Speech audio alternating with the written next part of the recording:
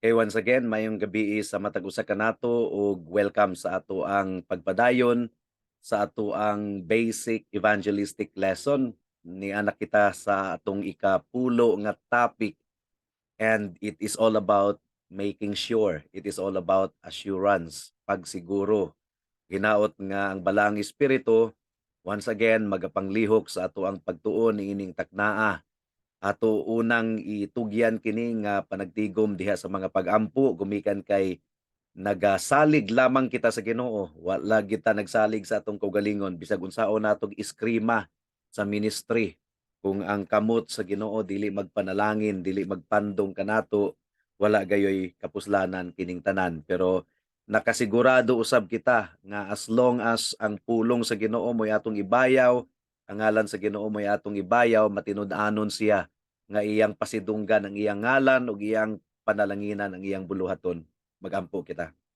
Salamat o Dios gumikan kay ang imong pulong libre nimo nga gihatag kanamo. Ug hinaot nga once again magapanglihok ikaw sa among pagtuon niining taknaa.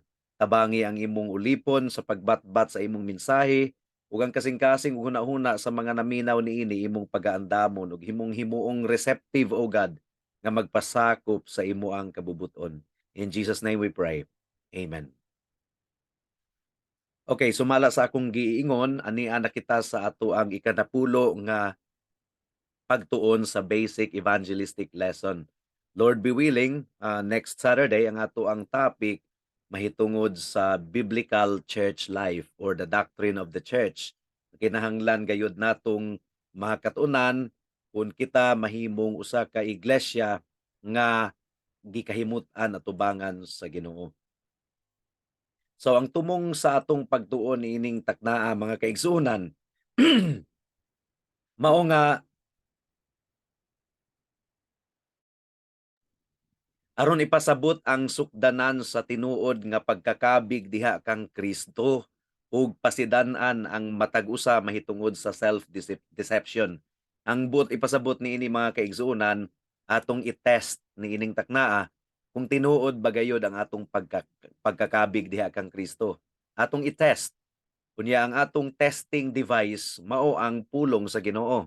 So atong sukdo ng atong kaugalingon kung tinuod ba gayud kita nga nakabig diha kang Kristo ug aron kapasidan-an usab ang mga nagtuo nga nakabig na sila diha kang Kristo pero ila ra di ay nga giilad ang ilang kaugalingon. Kinahanglan nga ma-expose ang self-deception niining taknaa ug hinaot nga tabangan kita sa Ginoo sa ato ang pagtuon. Okay, so ang pangutana niini mga kaigsuonan, posible kaha nga sincero kaayo kang nagtuo nga Kristohanon ka pero dili di ay.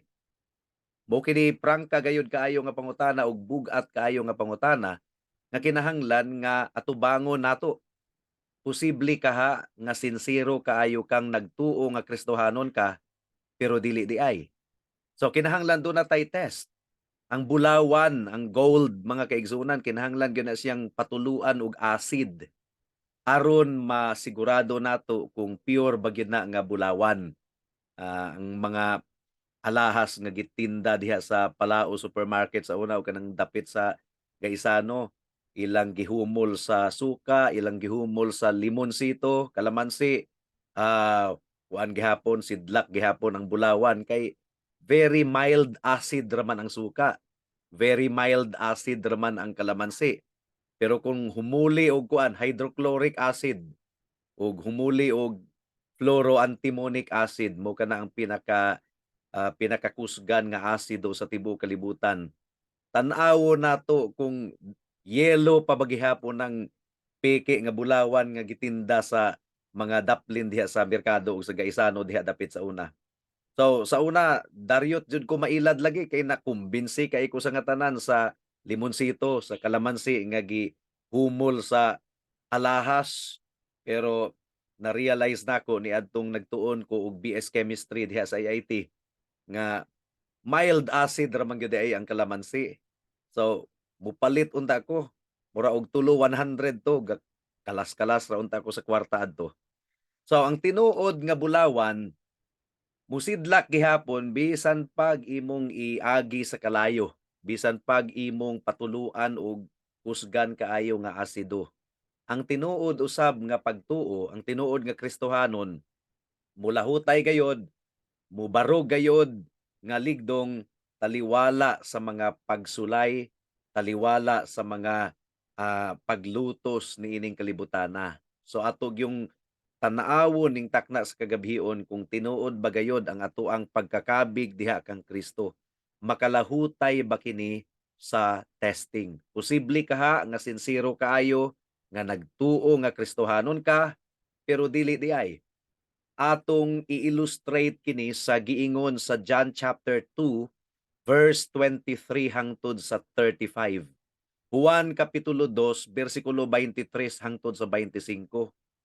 Daghang mga nagtuo kunuhay kang Kristo ha. Pero nakahibalo si Kristo nga mini ang ilang pagtuo, dili gayon tinuod ang ilang pagtuo. Daghan gayon ang nag-express, nagpahayag og pagtuo kang Kristo, gumikan sa mga milagro nga iyang gihimo. Pero nasayod si Kristo nga mini ang ilang pagtuo. Ang giingon dinhi, samtang si Jesus didto sa Jerusalem sa panahon sa kasaulugan sa pagsaylo, daghan ang nanuo kaniya. Take note ha, daghan ang nanuo kaniya sa pagkakita nila sa mga milagro nga iyang gihimo. Apan si Jesus wala musalig kanila kay nasayod man siya sa tanang tawo. Wala kinahanglan nga sultihan pa siya ni bisan kinsa mahitungod sa mga tawo tungod kay siya mismo nasayod man kun unsa ang anaa sa ilang kasing-kasing. So, daghan ang nanuo kang Jesus. Apan wala musalig ang Ginoo kanila gumikan kay nasayod man ang Ginoo sa tinuod nga sulod sa ilang kasing-kasing. So matikdi mga kaigsuonan, adunay mga tawo nga nagpahayag sa ilang pagtuo kang Hesus gumikan sa mga milagro nga ilang nasaksihan. Apan nasayod si Jesus nga dili sila tinuod nga mga magtutuo. Mituo sila kang Hesus kunuhay, unsay hinungdan? Gumikan sa mga milagro nga ilang nasaksihan. Ang isyu niini mga kaigsuonan mao kini. Kinaugalingon lang nimo nga konklusyon nga ikaw magtutuo kang Hesus or ang kahibalo ni Hesus sa tinuod nga kahimtang sa imong kasing-kasing kung magtutuo ka ba or dili. So mao kana ang issue. Kinaugalingon lang nga conclusion, self-conclusion nga believer siya kang Kristo versus ang tinuod nga knowledge sa atong Ginoo sa tinuod nga kahimtang niya. Magtutuo ba siya or dili? Ang imong pagsalig ba makabarog sa kahibalo ni Jesus mahitungod kanimo? Ang buti pasabot niini, kung nakakonclude ka nga tinuod ka nga believer ni Jesus, nahaom ba kini sa evaluation sa atong Ginoong Hesukristo kanimo nga tinuod gyud ay ka nga magtotoo. So mao kana ang kinahanglan nga atubangon gyud nato kay basin og ga-assume ra kita nga tinuod kita nga Kristohanon pero dili di ay. Ang punto niini mga kaigsuonan, posible di ay nga magpakita og mga buhat sa pagtuo ang usa ka tawo apan dili tinuod nga naluwas ug nakabig diha kang Kristo. So, posible di ay nga dunay mga manifestations of faith, mga acts of faith, mga buhat sa pagtuo ang usa ka tawo pero dili day tinuod nga Kristohanon. Unsa man kining mga panggawas nga buhat sa pagtuo, mga outward acts of faith. Una, sinner's prayer. Daghan na kaayo kong mga tawo nga nasaksihan nga misumay sa sinner's prayer nga ipasulod kuno si Kristo sa ilang kasing-kasing. Pero pagkahuman sa sinner's prayer, wala gayoy bunga nga makita sa iyang kinabuhi kung tinuod ba gyud siya nga magtotoo. Wala gayoy ilhanan. Nagani uban nga ka 30 na kahigayon nga nagsabat sa sinner's prayer, nagsumay-sumay. Pero wala gyud gihapon mga kaigsuonan. Ila kunong gipasulod si Kristo sa ilang kasing-kasing. Pinaagi sa pagsumay sa sinner's prayer. Pero dili gayud tinuod nga Christian. Unsa pa ang panggawas nga buhat sa pagtuo kining altar call? Mo forward sa altar. Kung dunay hagit after the sermon. Sa simbahan, mo forward sa altar. isip pagsanong kunuhay sa hagit sa wali. But after sa altar call nga mi-forward ang usa ka tawo, kumusta ang iyang kinabuhi? Tinuod ba gayud siya nga nahimong magtotoo? Ang common kaayo nga panggawas nga buhat sa pagtuo kining church attendance. Kining active kaayo kita sa buluhaton sa church. Aktibo kaayo. Mao kini gipangatarungan sa mga tawo sa Matthew chapter 7 verse 22. Ni anang adlaw daghan ang magingon kanako, Ginoo, di ba nagbuhat kamig dagkong mga butang sa imong ngalan, nagbuhat kamig milagro, naghingilin kami sa mga yawa sa imong ngalan. Pero unsa ang tubag sa Ginoo kanila? Wala ko kamo hiilhi sukad masukad. Palayo kamo kanako, kamo nga nagbuhat og dautan. So, kung ang self-deception kining giilad ra niya ang iyang kaugalingon, kung ang self-deception nahimong posible bisan pa sa mga tawo nga personal nga nakadungog sa wali ni Jesus, personal nga nakasaksi sa buluhaton ni Jesus, kung posible ang self-deception niadtong tungura, how much more sa atong kapanahunan karon? So kinahanglan gayud nga kinahanglan gayud nga siguraduhon nato nga wala nato ilara ang atong kaugalingon. Kinahanglan nga siguraduhon gayud nato nga tinuod ang atong pagtuo. So kinahanglan gayud nga ma-bullseye ta. Mahit nato ang bullseye sa Kristohanon nga pagtulunan. Unsa man kining kinahanglan natong siguraduhon? Siguraduhon nato nga nabatunan nato ang unsa man? Ang tinuod nga Hesus sumala sa gipadayag sa ebanghelyo. Kinahanglan nga nabatunan nato ang tinuod nga Hesus sumala sa gipadayag sa ebanghelyo. Nakita lamang sa mga tawo si Jesus ingon nga tigbuhat og milagro, di ba sa atong teksto nga gibasa kaganina sa John chapter 2 verse 23 hangtod sa 25. Nanuo sila kang Jesus gumikan sa milagro nga ilang nasaksihan. So unsa ang matang sa ilang pagtuo kang Jesus? Jesus as a miracle worker. Si Jesus isip tigbuhat og milagro. Mao lamang kana ang ilang pagtuo kang Jesus. Ang ilang pag-ila kang Jesus mao nga si Jesus miracle worker. Ug nanuo sila kang Jesus. Dili kini igo aron mailhan siya ingon nga Dios ug manluluwas. Kung ang imong pagtuo kang Jesus kutob lamang sa iyang abilidad nga mutagbo sa imong gikinahanglan ug mubuhat og milagro, dili kana pagtuo nga makaluwas. Pagtuo ka na alang lamang sa mga temporaryong butang niining kalibutana. Daghang mga tawo ang muduol kang Jesus, gumikan kay ang ilang pagtuo kutob lamang sa abilidad ni Jesus nga tagbuon ang ilang panginahanglanon sa kwarta ug bugas sa matag adlaw or healing, kaayuhan sa ilang balatian. So taman ra gyud diha ang ilang pagtuo kang Jesus.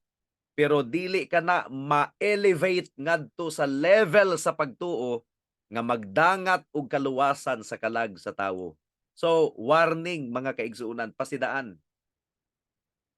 Gihimong big deal sa mga simbahan karon ang mga milagro. Di ba dunay mga miracle crusade, dunay mga healing crusade. Mag-invite og mga tawo dadon sa simbahan kay dunay mga healing, dunay mga miracle. Gihimong big deal sa mga simbahan karon ang mga milagro. Isip ebidensya sa paglihok sa Dios. Apan sumala sa atong nakita sa Juan kapitulo 2, bersikulo 23 hangtod sa 25, dili gani kini makapasar ingon nga saving faith.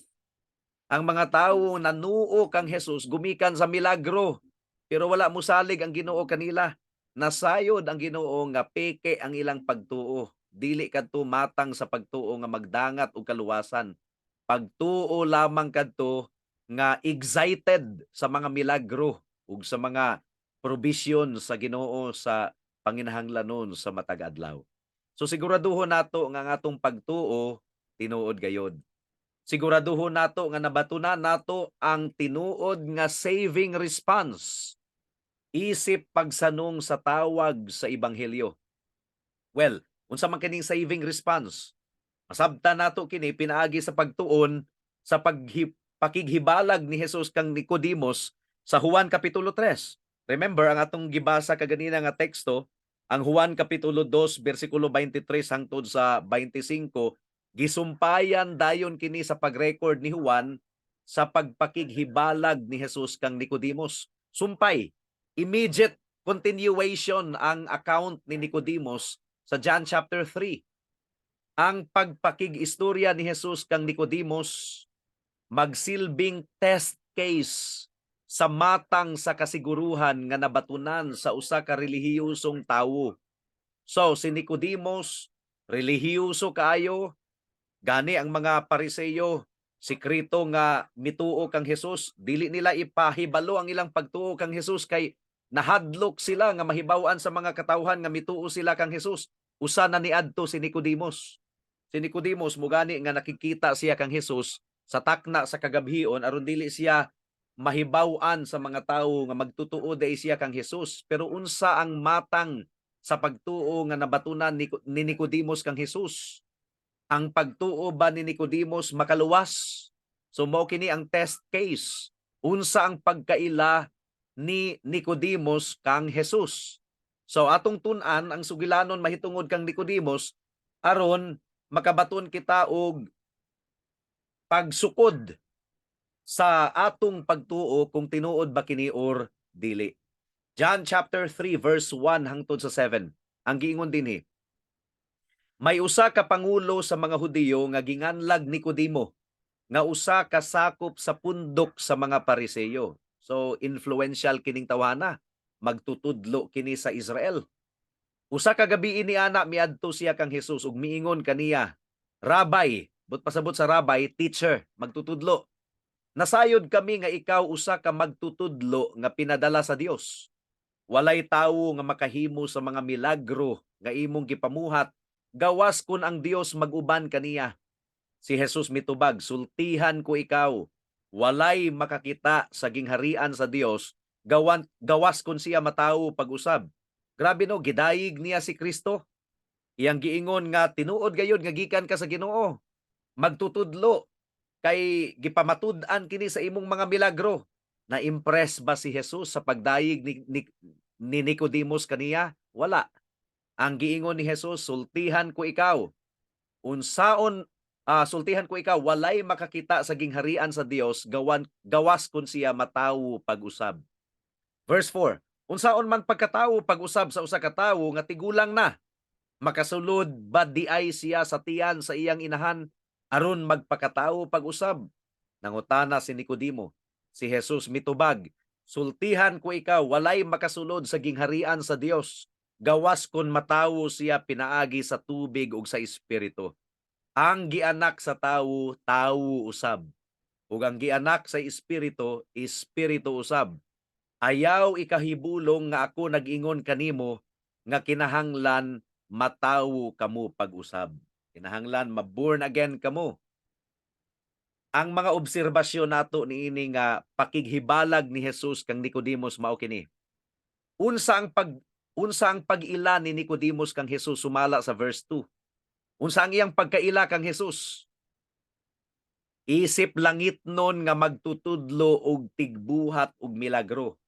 Maura kadto ang pag-ila ni Nicodemus kang Jesus, teacher and miracle worker. So gidayig niya si Jesus, dili ingon nga Dios, dili ingon nga hari, nga muluhod siya kang Jesus. Gidayig niya si Jesus, ingon nga magtutudlo lamang og tigbuhat og milagro. Maura gyud kadto ang pag-ila kang Nicodemus kang Jesus, teacher and miracle worker. Miduol si Nicodemus kang Jesus nga nanginahanglan sa iyang teaching og miracle.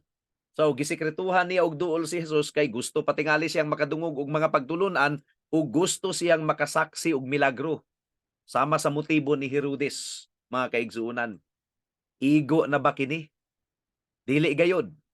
Tungod kay gibungat ni Jesus ngadto kaniya ang tinuod niyang panginahanglanon. Ang tinuod nga panginahanglanon ni Nicodemo dili ang pag-uyon nga si Kristo magtutudlo og tigbuhat og milagro.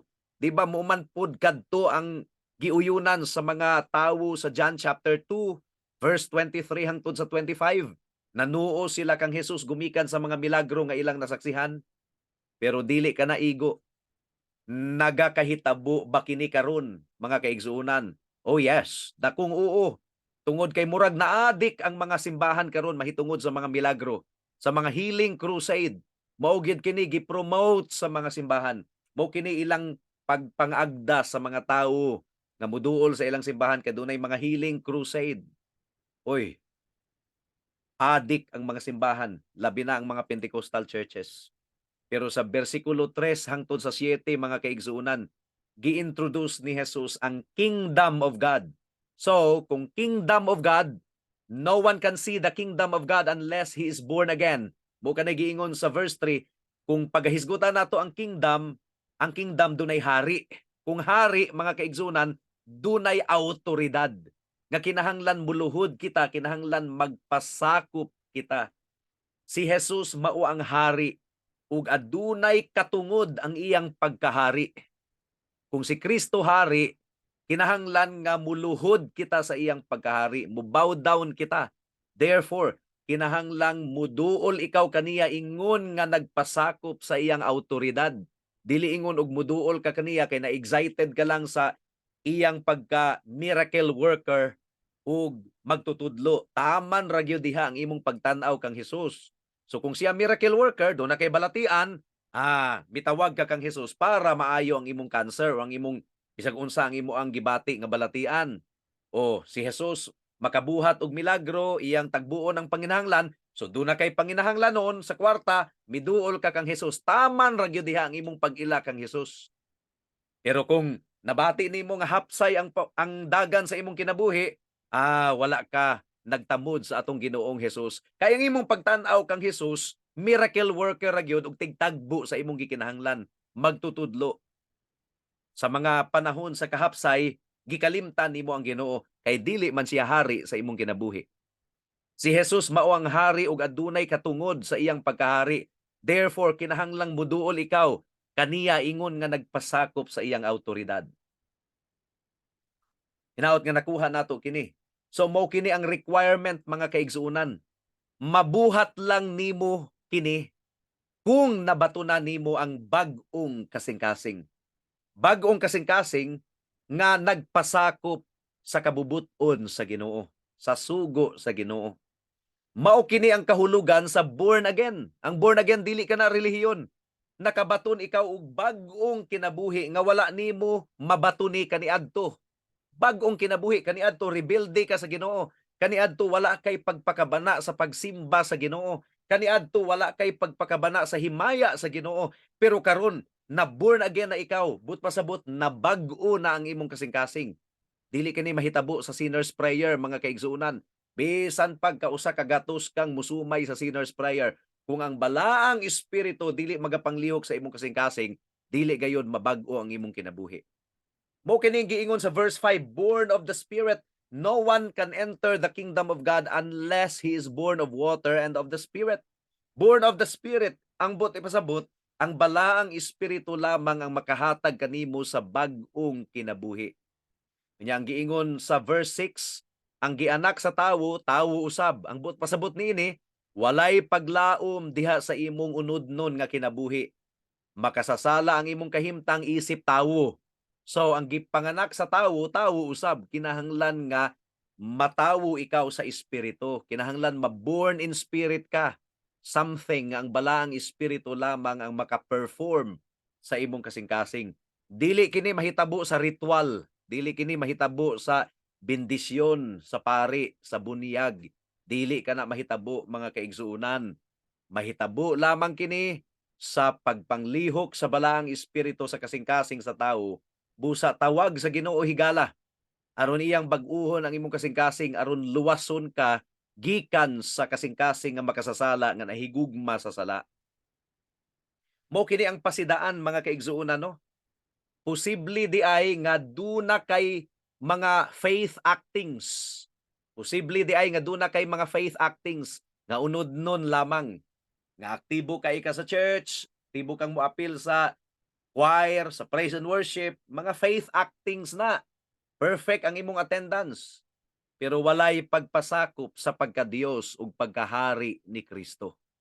Walay pagpasakop sa iyang pagkamatarong. walay kabag-uhan sa kasing-kasing. Nahigugma gihapon sa sala, susama kaniadto, walay kalainan. Mao nga ang pangutana niini mga kaigsuonan. Nabatunan mo na ba ang kabag-uhan sa kasing-kasing? Sumala sa imong pagkaila sa tinuod nga kinaiyahan ni Kristo, Dios ug Hari. Gumikan kay si Kristo Dios, gumikan kay siya Hari, magpasakop ka kaniya, muluhod ka kaniya, muyukbo ka kaniya. Ug gumikan kay siya Dios, aduna siya gahom nga mubag-o sa imong kasing-kasing, mitawag ka na ba kaniya alang sa kabag-uhan sa imong kasing-kasing, alang sa imong kaluwasan. Kinahanglang siguraduhon nimo nga ang imong pagduol kang Hesus mao ang pagpasakop sa iyang pagka-Dios ug pagkahari sa imong kinabuhi. Dili ingon og miduol ka kang Hesus kay excited ka lang sa miracle ug sa mga trivia teaching ni Jesus. Doon na kay panginahanglanong temporal mo na nga muduol ka kang Hesus. Dili gayud ingon nga isip usa ka ulipon, isip usa ka nagayukbo sa iyang awtoridad. Mahimo lamang kining posible kung ang balaang espiritu mao ang magahatag kanimo og bag-ong kasing-kasing. So ang bag-ong kasing-kasing dili kini gikan sa simbahan, dili kini gikan sa ritual, sa bunyag, sa batang puya, dili kini gikan sa pastor. Ang bag-ong kasing-kasing gikan kini sa balaang espiritu. Resulta kini sa pagtawag nimo kang Kristo, pagtawag sa iyang pangalan, pagtalikod nimo sa sala ug pagdangop kang Kristo ingon nga imong bugtong Dios ug manluluwas. So mao kini ang atong leksyon niining takna mahitungod sa assurance, mahitungod sa pagsiguro, mahitungod sa making sure kung tinuod ba gayud ikaw nga Kristohanon ug wala nag-imagine lang nga Kristohanon ka, gumikan kay aktibo ka sa simbahan, gumikan kay nag-ampo man pud kunuhay ka sa Ginoo. Pero ang imong pag-ampo ug pagtawag sa Ginoo taman ra gayud in taon sa mga panginahanglanon niining kalibutana.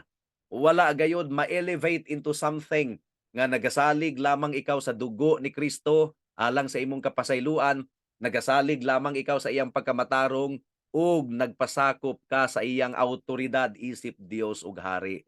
Pamalandungi kini higala. Magampo kita.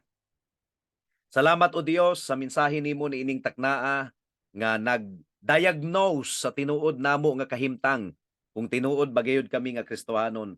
Ug hinaot nga imong tabangan ang matag usa sa pag-diagnose, sa pag-evaluate sa kaugalingon kung tinuod ba gayud nga mga karniro sa among Ginoong Hesukristo. Hinaot nga ipadayag kining tanan sa balaang espiritu. Ug kung mapamatud-an nga dili day tinuod, hinaot nga imong hatagan og tinuod nga paghinulsol ug tinuod nga pagtuo kang Kristo, tinuod nga pagtawag kang Kristo alang sa kaluwasan. In Jesus name we pray. Amen. Dinhi natapos ang atong pagtuon niining taknaa. God bless us all.